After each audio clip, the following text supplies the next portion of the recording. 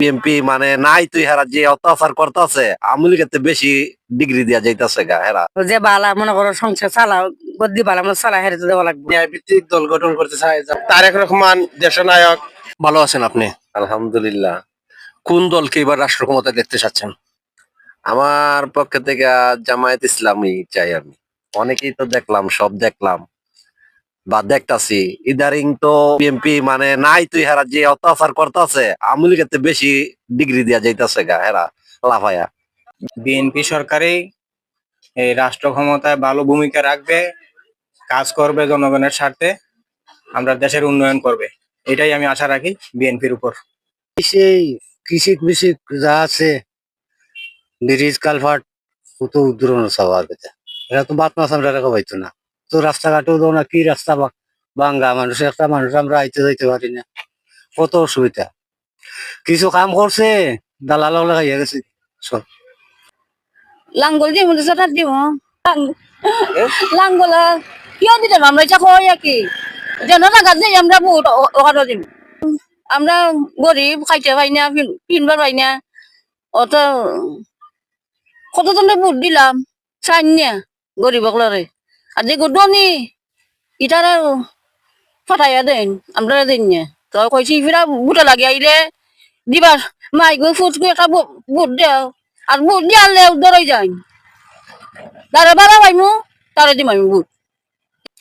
আমার খেয়াল আছে আমরা জমাতে হতে পারি, আপনারা জমাতে হতে পারেন।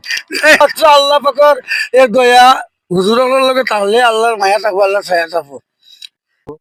তাই ভিতরে কইতাম পাই না, মনে করতে পয়না আছে নাকি, পয়না মনে করে মতামত বুঝো, পয়না আছে আমার ঘরে 3 জন, তাহলে তারা আপনার যেন দিবেন তোমার দেওয়া লাগবে।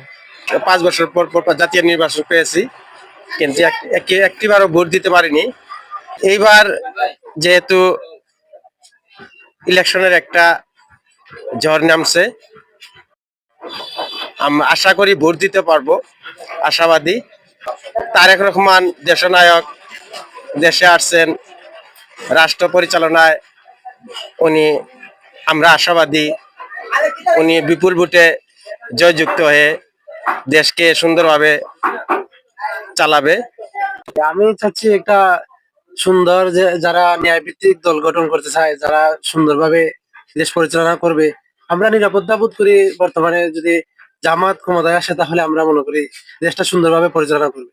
যে বিএনপি 1 নম্বরে আছে, বিএনপি, এরপরে হলো জামাতে ইসলাম, দাঁড়িপাল্লা, এরপরে আর কোন দল আমি দেখতে আছে।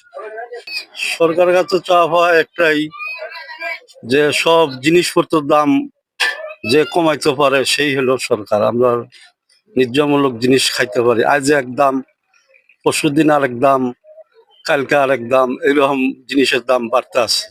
ধানের আমার দেশে যদি উন্নত হয়, বাংলাদেশে যদি উন্নত হয়, আমার দরকার নাই, বাংলাদেশের উন্নত হইলে সবার পর্তুগিজের দরকার আছে।